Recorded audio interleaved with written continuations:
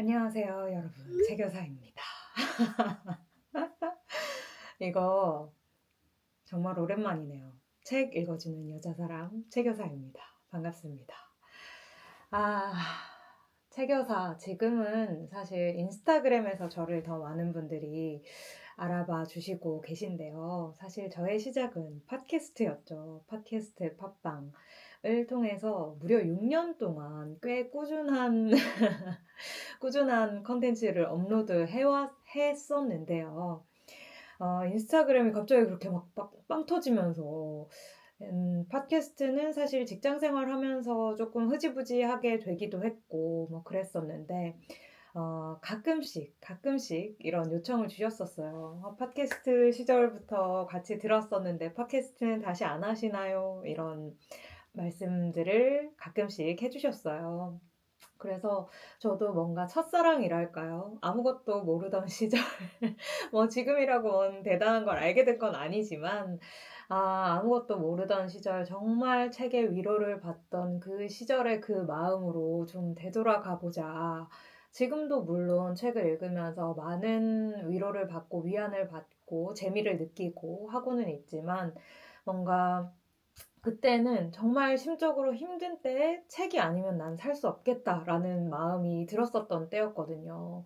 그랬기 때문에 어떤 보상도 없는 그 시간이 내 마음을 치료해 준다는 그런 보상을 스스로 받으면서 팟캐스트를 해갔었던 것 같은데, 그래서 그때 감동을 다시 한번 하자는 마음으로, 그리고 체교사 초심 찾기 프로젝트, 그리고 체교사 너 하고 싶은 거 다 해 프로젝트 여러 가지 이름을 막 붙여보고 싶은데요.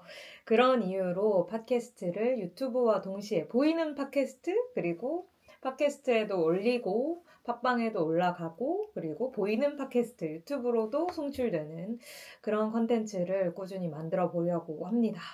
한 달에 한 개 정도는 만들 수 있지 않을까 이런 생각을 하고요. 언제나 그랬듯이 팟캐스트 할 때 오래 들어주셨던 분들이라면 아시겠지만 정말 아무 준비 안 하고 항상 그냥 책 한 권 펼쳐놓고 휴대폰 녹음기 하나 틀어놓고 편집도 못하면서 그렇게 용감하게 그렇게 컨텐츠를 만들었었는데, 이번에도 그렇게 해볼까 해요. 뭔가 대단한 준비를 해야 될 것 같은 그런 부담감 같은 게 사실 있었거든요. 다시 시작한다면 좀 더 제대로 해보자, 좀 더 잘 하고 싶다 하는 마음. 그래서 계속 시작이 어려웠던 것 같아요. 이제 다시 아무 준비 안 하고 여기에 제가 대본 대충 써놨거든요. 흐름만 대충 써놨어요. 인사하고 근황 토크하고 이 프로그램 왜 시작했는지, 뭐 이런 정도, 오늘의 책 뭔지, 이 책의 첫 느낌 어땠는지, 그리고 본격적으로 낭독하고 뭐 이야기 나누는 거 시작, 이런 식으로 흘러갈 거라고 이렇게 짧게 써놓은 요것만 가지고 진짜 내 마음에 이 책이 어떻게 와 닿았었는지 저도 이야기하면서 다시 한번 느끼고, 여러분께도 이 좋은 책을 전할 수 있는 그런 시간이 되기를 바랍니다. 팟캐스트 처음 녹음했을 때 그 떨림이 지금 다시 오네요. 굉장히 떨리고, 근데 이게 떨림이 설렘이랑도 같이 있는 것 같아요. 이거 못 쓸 수도 있어, 이런 생각도 사실 하고요.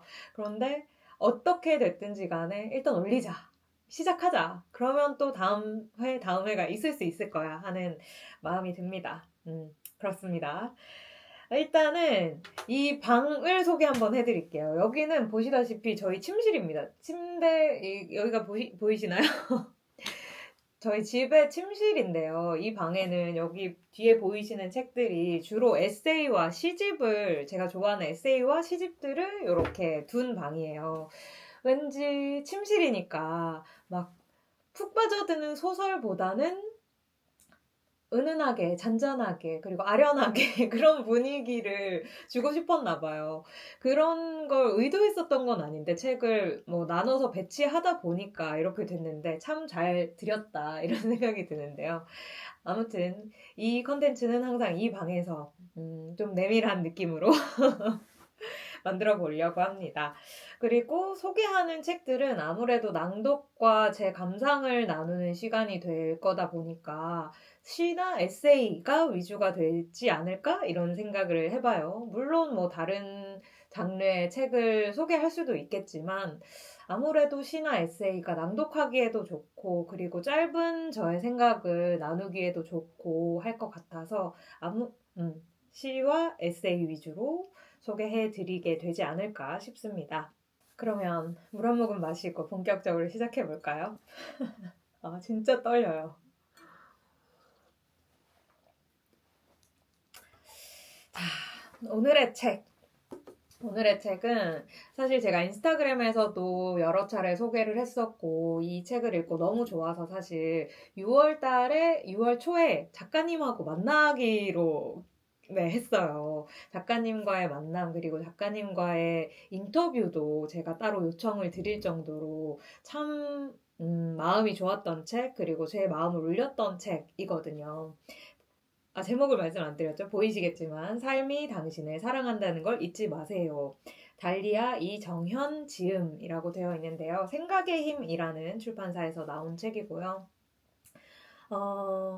이 책을 처음 만났을 때는 뭔가 흔한 힐링 에세이인가? 이렇게 생각했어요. 그렇잖아요. 제목이나 뭔가 화사한 표지, 따뜻해 보이는 느낌, 뭐, 이 정도로만 사실 생각하고, 모든 책이 그렇지만, 큰 기대 없이 그냥 읽기 시작했거든요. 읽기 시작했는데, 읽기 시작한 타이밍이 참 그랬던 게, 제가 인스타그램 라이브로 같이 읽어요라는 컨텐츠를 할 때가 있었어요. 그냥 인스타그램 라이브를 켜놓고 같이 읽기만 각자 따로 책을 읽는 시간을 갖는 그런 시간이었는데 그 시간에 이걸 처음 펼쳐서 읽는데 50페이지도 읽기 전에 막 제가 펑펑 울게 된 거예요. 라이브 하는 도중에.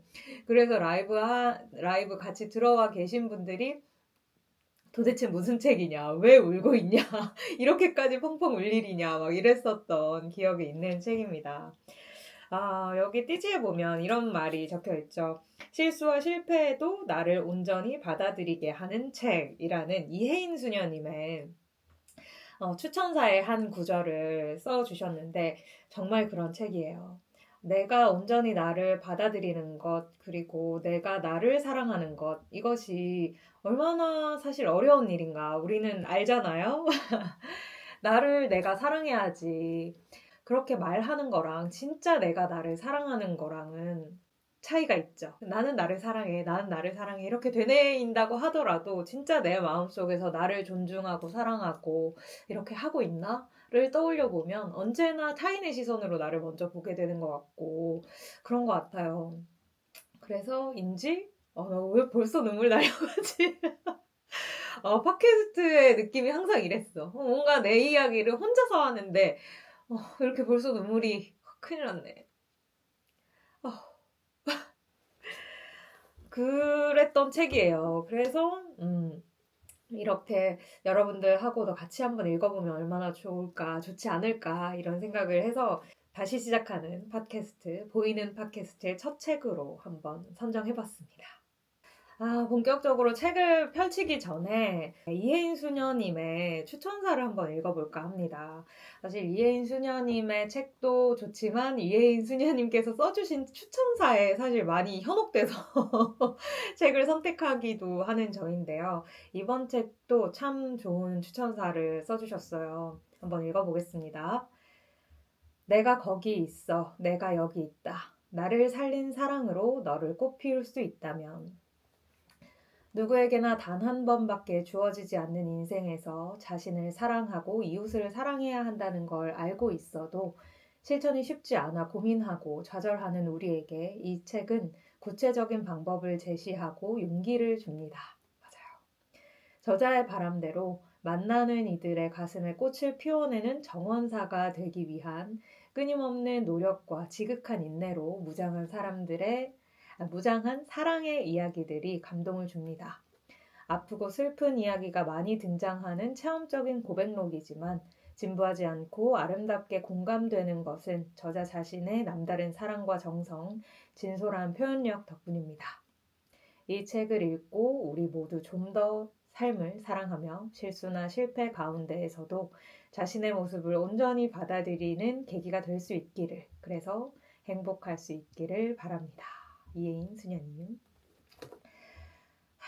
예전에 팟캐스트 진행했을 때처럼 이렇게 할게요. 제가 읽으면서 표시해뒀던 플래그들을 다시 한번 되짚어 보면서 어떤 마음으로 내가 이 밑줄을 그었었나? 밑줄의 이유, 뭐 이런 식으로 타이틀을 달아도 될까요? 그런 밑줄의 이유들을 한번 나눠보는 시간을 갖게 되면 좋을 것 같아요. 일단 첫 플래그는 그냥 넘어갈 수는 없으니까 머릿말에서 첫 플래그가 벌써 나오네요. 한번 보도록 하죠. 일단 여기부터 읽어보면 좋을 것 같은데요. 읽기에 앞서서 작가님께서 9개월 동안 아예 말을 하지 않고 지낼 정도로 극심한 우울증을 앓은 적이 있으시다고 해요. 그런데 그런 시기를 견디게 해주었던 주변의 소중한 사람들의 이야기로 머릿말이 시작됩니다. 이정현 선생님이셨었어요. 그러니까 학생들을 가르치는 선생님이었다가 깊은 고민 끝에 나는 교사를 그만두었다. 진정 우리가 배우고 가르쳐야 할 것이 무엇인지를 공부하기로 했다. 그러면서 이제 어떤 것을 배워가는 과정, 그리고 그 배움을 또 나누는 과정을 이 책에 담아주신 건데요. 이런 말이 있습니다. 일방적인 치유와 가르침은 없음을, 두 팔을 뻗어 다른 사람을 안는 것은 결국 나를 안는 일임을, 가르친다는 건 배우는 일임을 알게 되었다. 이렇게 쓰여 있고 여기에 제가 세게 강하게 밑줄을 긋고 막 별표까지 쳐가면서 어떤 말을 써놨냐면요. 와, 지금의 내게 너무 필요한 말이네 라고 써놨어요. 이때 제가 왜 이런 말을 썼을까? 그리고 지금도 다시 이 밑줄을 다시 읽어보니까 너무 마음이 울컥울컥한데 모든 걸 나 혼자서 해야 한다고 생각했던 시기가 이었던 것 같아요. 지금도 어쩌면 아직 거기에서 그 생각에서 크게 벗어나지 못하고 있는 것 같고 직장 생활을 하다가 이제는 어엿한 프리랜서로 그리고 사업자 등록증을 낸 사람으로 책스타그램으로 본업을 삼아 일을 하게 되었어요. 그렇다 보니까 정말 언젠가 꿈꿨던 어떤 삶의 모습을 지금 내 스스로가 살고 있는데 이렇게 살아본 지가 오래되지 않다 보니까 너무너무 많이 힘들고 헤매고 이러고 있는 거예요, 제가. 혼자서 어떻게 해야 할지 모르겠고, 누군가 가르쳐 주는 건 없고, 지금까지 그랬던 것처럼 나 좋은 것만 계속해도 되는 건가? 이런 고민도 들고. 그런데 일방적인 치유와 가르침이 없고, 두 팔을 뻗어 다른 사람을 돕는 것이 나를 돕는 것이다. 이런 이야기를 들으니까, 뭔가 나만을 위해서 뭔가를 하려고 하기보다 누군가를 위한 무언가를 해야 하는 건가 하는 희미한 그런 음성 같은 게 들리는 것 같아서 되게 좋았고요. 나도 그러면 누군가에게 배울 수도 있고 가르쳐 줄 수도 있고 도움이 될 수 있겠구나 이런 생각이 들었습니다. 정말 두서없이 아무 말이나 하게 되는데요. 그래서 다음 페이지에 넘어가 보면 사랑이라는 이름의 물이 마르지 않고 샘솟기를 기도했다. 세상 모든 아이들의 비명이 웃음으로 바뀔 수 있기를. 세상 모든 아이들이 건강하고 행복하고 자유롭기를. 사실 이런 마음을 가질 수 있으려면 스스로가 철저히 무너져 봐야 하지 않을까? 이런 생각이 들더라고요. 이 작가님에 대해서 아는 바는 없이 시작했지만 이 사람 얼마나 아파봤기에 얼마나 힘들어 봤기에 이 세상 모든 아이들의 아픔을 다 이해할 것 같은 그런 마음이 들었을까? 그런 이해가 있으니까 그 아이들에 대한 연민도 있을 수 있고 더 큰 사랑을 베풀고 싶은 마음이 들 수도 있는 거잖아요. 그래서 이 사람의 개인적인 아픔, 힘듦을 어떻게 승화했는가가 참 궁금해지는 머릿말이었습니다. 이어서 차례를 한번 보면요. 우리를 살아가게 하는 것 1장부터 시작해서 7개의 장으로 이루어져 있고 가르친다는 건 희망을 노래한다는 것이라는 7번째 장까지 이어집니다. 그리고 맺은 말 그리고 부록들이 참 특이하고 한번 이건 해보고 싶다, 체험하고 싶다 하는 생각이 들기도 했던 부록들이 또 수록이 되어 있어요. 말씀드린 것처럼 제가 플래그 표시해둔 것들을 위주로 해서 나누면 좋을 것 같은 그런 부분들을 읽고 제가 또 아무 이야기나 또 하고 이렇게 이어가 볼게요. 이 책 속에는 노랫말 그리고 시 어떤 좋은 문구들이 엄청 많이 들어있어요. 사실 이런 책들을 이런 노래들을 이런 문구들을 품고 있는 사람이라는 것만으로도 사실 이 저자에 대한 믿음 혹은 애정 같은 게 생기게 될 정도로 정말 좋은 문구들이 많이 소개되어 있는데요. 이거부터 한번 읽어볼게요. 28페이지. 장미는 어떻게 심장을 열어 자신의 모든 아름다움을 세상에 내주었을까? 그것은 자신의 존재를 비추는 빛의 격려 때문. 그러지 않았다면 우리 모두는 언제까지나 두려움에 떨고 있을 뿐. 하피즈 모두 다 꽃에서. 일단 너무 아름답죠? 장미를 보면서 꽃 한 송이를 보면서 자신의 모든 것을 내어 놓았구나 라고 읽을 수 있는 이 시선 너무 아름답고요. 그리고 그것은 그렇게 할 수 있었던 이유는 빛이 격려해줬기 때문이야. 맞죠? 과학적으로도 맞아요. 그렇죠? 광합성 덕분에 장미가 될 수 있었죠. 과학적으로도 심정적으로도 매우 이해되는 그런 문장인데 이렇게 아름다울 수 있다니. 이후 이 작가님의 반응은 더 아름답습니다. 한번 볼게요. 한 송이 꽃이 피기까지, 한 그루의 나무가 자라기까지 햇빛의 격려와 땅의 지지와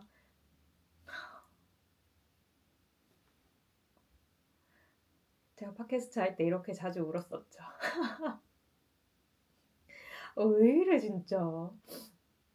햇볕의 격려와 땅의 지지와 바람의 위로와 비의 응원이 필요하듯 때때로 무너지는 우리의 삶을 일으켜주며 어둠 속에서도 빛을 비춰주는 존재들이 있다. 나 역시 빛의 격려 덕분에 살아왔다. 맨 처음에 읽었을 땐 라이브 할 때여가지고 소리내 읽지는 못했지만 막 썼어요. 이거는 마음에 새겨야겠다 하는 생각이 들어서 햇빛의 격려, 땅의 지지, 바람의 위로, 비의 응원, 한 송이 꽃이 피고 한 그루의 나무가 자란다. 나 또한 그렇다라고요. 그러니까요. 정말 나 혼자 하는 건 하나도 없는데 꼭 나 혼자 이 세상 모든 짐을 짊어지고 있는 것 같이 생각될 때가 있잖아요.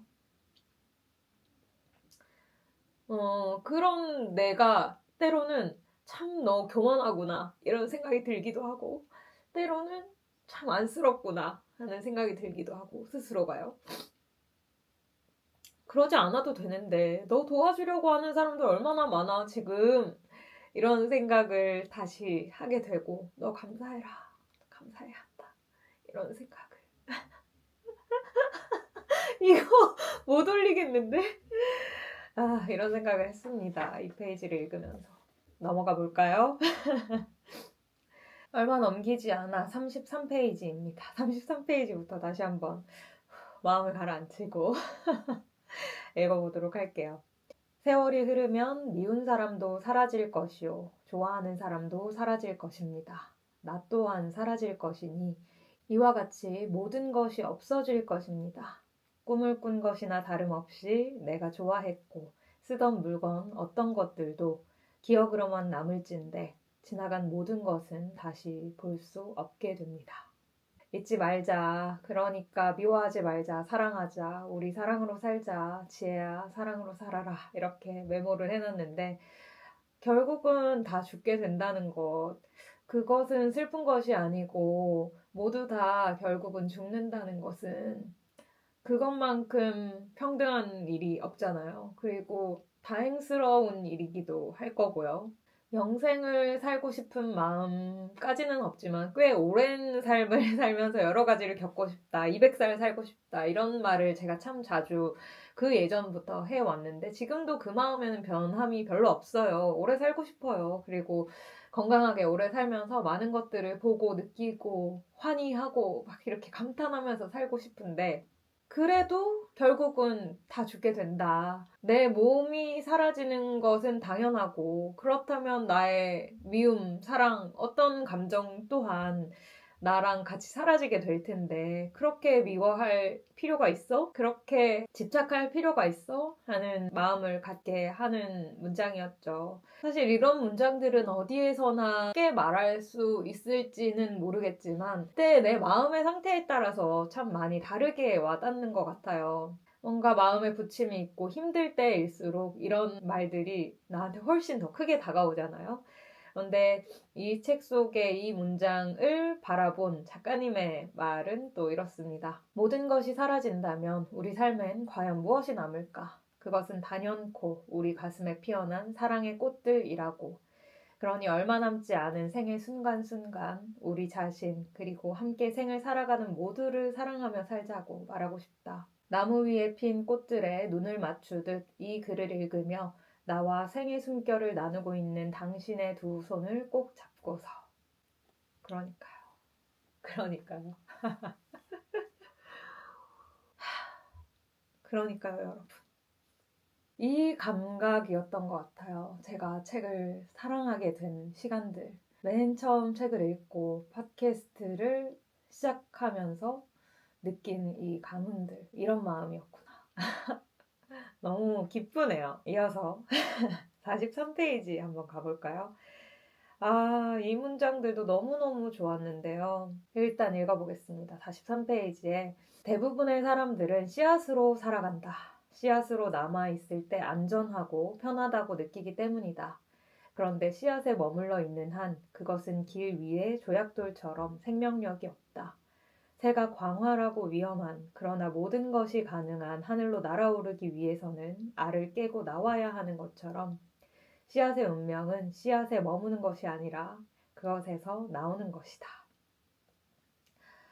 여기에는 제가 이런 메모를 해놨네요. 쟤야, 돌 같은 씨앗으로 살 거니 싹을 틔울 거니 씨앗으로 이 세상에 왔다면 싹을 틔워야 하지 않겠니? 라고 써놨네요. 그러니까 말입니다. 여기에서 이어지는 전체 이 꼭지가 정말 좋았는데요. 47페이지로 훌쩍 넘어가 볼게요. 사과 속의 씨앗은 셀 수 있지만 씨앗 속의 사과는 셀 수 없듯이. 미친 거 아니야? 너무 좋죠.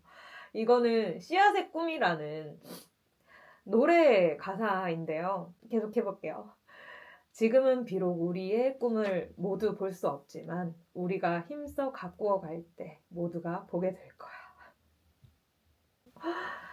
여기 휴지 하나 갖다 놓고 손수건 하나 갖다 놓고 해야 될까 봐요. 이럴 수가, 이렇게 아름다울 수가, 이렇게 고마울 수가 라고 제가 메모를 해놨는데 사과 속에 씨앗은 셀 수 있지만 씨앗 속에는 얼마만큼의 사과 열매가 맺힐지 씨앗을 본다고 우리는 알 수 없죠. 그런데 우리는 씨앗으로 태어났죠. 아까 앞에서 이야기한 것처럼. 저 뭐 우울증 있는 줄 알겠어요. 처음 보시는 분들은. 팟캐스트를 좀 오래 들으셨던 분들은 또 그래. 제가 다 돌아왔구나 막 이렇게 하실 것 같은데 처음 보시는 분들은 뭐 악플 엄청 달리는 거 아니에요? 모르겠다. 그냥 이게 저다운 거니까요. 모르겠다 진짜. 진짜 너무 아름답잖아요. 그리고 나도 내가 씨앗으로 태어났으니까 꽃 피울 거고 열매 맺을 건데 내가 진짜 꽃을 피우고 진짜 열매를 맺기까지는 모른다고. 모르는 게 당연하다고. 왜 이렇게 아름답냐. 너무 좋다. 이 꼭지의 활용점정. 활용점정 49페이지 마지막 문단을 한번 읽어보도록 하겠습니다. 대학생 때 처음으로 아름답다의 어원을 알게 된 뒤 새싹이나 꽃을 볼 때면 그 보드랍고 연약한 싹과 잎이 어떻게 단단한 껍질을 깨고 나왔을까 싶어서 그 과정이 아프게 느껴지기도 했다. 하지만 우리가 꽃을 보면서 아름답다고 느끼는 건 변화를 두려워하지 않고 한껏 나다운 색과 향을 피워냈기 때문이다. 나다운 향과 색. 그렇기에 나 또한 아름을 넘어 아름답게 나답게 최대치로 나를 피워내며 살기로 했다. 더불어 나와 연결되어 있는 모두가 각자 나답게 피어날 수 있기를. 그러함으로써 이 지구를 아름다운 꽃밭으로 풍요로운 숲으로 만들어 갈 수 있기를 소망한다. 여기 이 이야기에 감탄하기에 앞서서 아름답다라는 것의 어원은 한껏 나답다라는 뜻이 있대요. 너무 아름답지 않습니까? 너무 지금 이렇게 뭐 누군가 봤을 때는 별것 아닌 문장에 이렇게 막 눈물이 나고 콧물이 나는 저 같은 사람이 있잖아요. 그런데 이거는 나다운 것, 아름다운 거인 거죠. 이 느낌이었네. 진짜 너무 재밌네. 너무 좋네. 진짜 오늘 피곤하고 지치고 뭐 아무것도 하기 싫은 그런 일요일이었거든요. 그런데 나다움을 찾은 것 같다. 62페이지. 그러고선 우리 모두 약점과 강점을 동시에 가지고 있다고 말했다. 그것이 우리 모두의 공통점이라고. 그러고는 고유성에 대해 설명했다.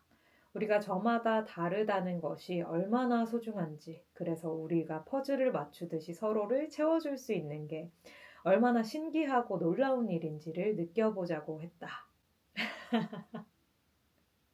그러니까요. 왜 이렇게 좋아?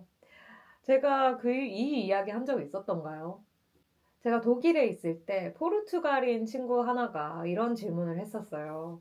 너의 장점이랑 단점이 뭐라고 생각해? 라고 물어봤었고, 제가, 나는 사실 장점은 모르겠는데, 단점은 너무 감정의 기복이 심해. 그래서 내 감정의 기복 때문에 내 주변에 있는 사람들이 힘들어해. 라고 이야기를 했었어요.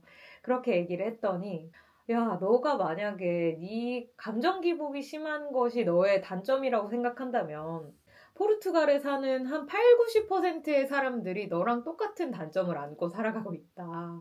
그런데 그걸 단점이라고 할 수 있을까? 뭐 이런 얘기를 하더라고요.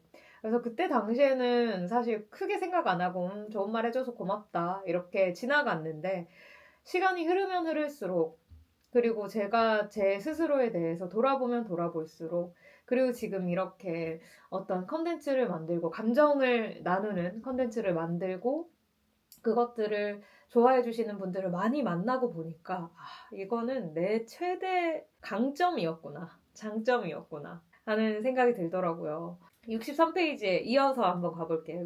아이들은 나는 거북이처럼 느리지만 행복해요. 나는 겁이 많지만 용감해요. 나는 잘 울지만 다양한 색처럼 다채로워요. 이 말은 제가 한 건가요? 정말 저를 닮은 답변이었다라고 생각이 되고 무엇보다 자신의 강점과 약점을 깊이 성찰하고 담아낸 것이 대단하게 느껴졌다. 그러니까요. 아이들일 때 오히려 나도 어렸을 때 진짜 내 장점, 내 강점과 약점을 더 잘 알고 있지 않았을까? 그런데 이제 살아가다 보니까 외부의 시선에 신경 쓰느라 아니면 누군가의 말 때문에 누군가와의 관계 때문에 나를 점점 잃어가고 있었던 건 아닐까 이런 생각도 들더라고요. 그래서 조금 더 이어서 읽어보면 이렇습니다. 힘든 상황 속에서 나 자신이 너무나도 부족하게 느껴져서 잔뜩 움츠러들어 있을 때 그녀가 내게 말했다. 이럴 때일수록 자신을 소중히 돌봐주고 안아주고 사랑해주세요. 여기부터입니다, 여러분. 꽃봉오리도 자신을 꼭 끌어안은 뒤에야 활짝 피어날 수 있잖아요. 달리아는 지금 꽃봉오리의 시간을 보내는 거예요.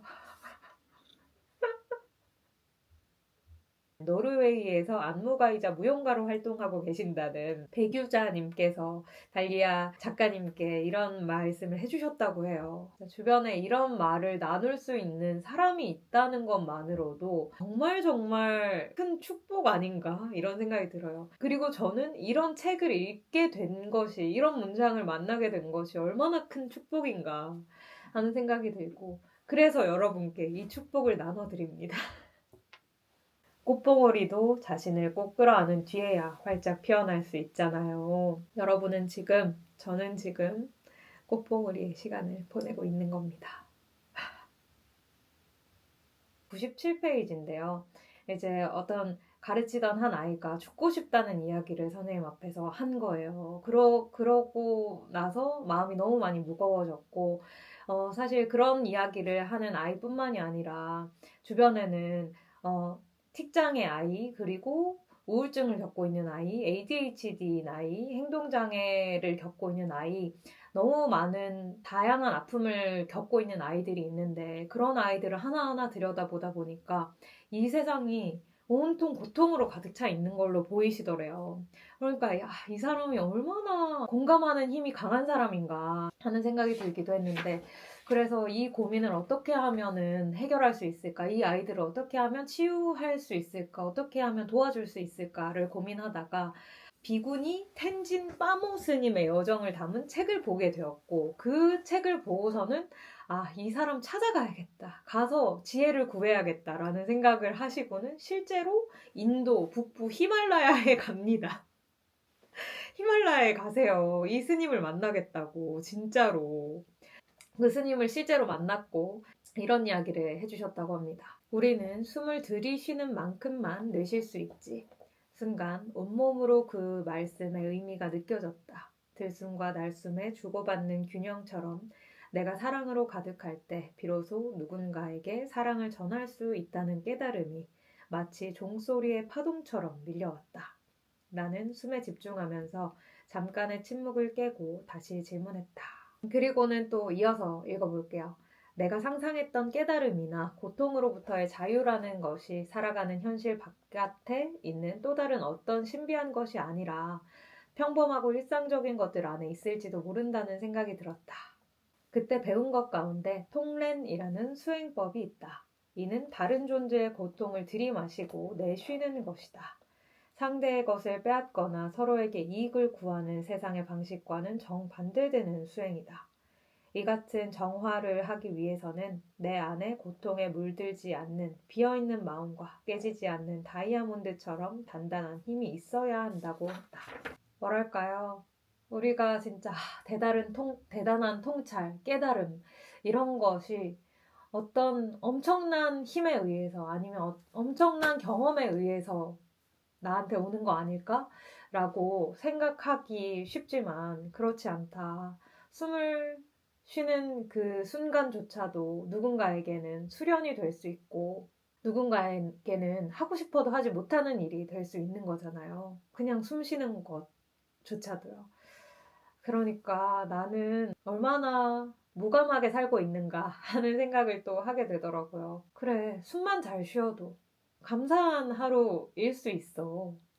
그런데 뭘 그렇게 많이 바라니? 이런 생각도 들고. 그리고 다른 존재의 고통을 내가 들이쉬고 내쉬는 것. 그 사람을 이해하려고 노력하는 그냥 수준을 넘어서서 내가 타인의 나쁜 에너지 필터가 되는 거잖아요. 진짜 그런 마음을 가지려면 나를 내려놓고 내 안을 깨끗하게 비워내야만 할 수 있는 거 맞는 것 같아요. 그 말씀의 깊은 의미는 사실 잘 모르겠어요. 잘 모르겠지만 지금 당장 제가 받아들일 수 있는 만큼은 내가 숨 쉬는 만큼이겠지. 이런 생각을 또 하게 됩니다. 너무 숨가쁘게 살려고 하지 말고 너무 숨 참지도 말고 적당히 숨을 들이쉬고 내쉬자. 그걸로 된다. 그리고 이어서 저는 이런 뉘앙스의 글을 만나면 언제나 너무 좋더라고요. 106페이지인데요. 읽어보겠습니다. 이런 시각으로 세상을 바라볼수록 나는 거대한 무엇이라고 밖에 표현할 수 없는 커다란 흐름 속에서 흐르고 있는 하나의 물방울처럼 느껴졌다. 이것은 내가 결코 혼자일 수 없으며 내 안에 세상 만물이 깃들어 있다는 것이기도 했다. 왠지 안심되는 일이었다. 아무리 내가 혼자라고 느끼더라도 사실 나는 절대로 이 우주에서는 혼자 있을 수 없어. 혼자일 수 없어. 누군가와는 함께하고 있다. 그게 공기든 햇빛이든 바람이든 어떤 사람이든 어떤 동물일 수도 있고요. 그러니까요. 맨 처음에 읽었었던 문장이었나요? 우리가 결국은 죽게 되니까 모두를 사랑하면서 살자 하는 문장이 있었잖아요. 그런 뉘앙스의 문장이 있었는데 그것과 거의 비슷한 결로 느껴져요.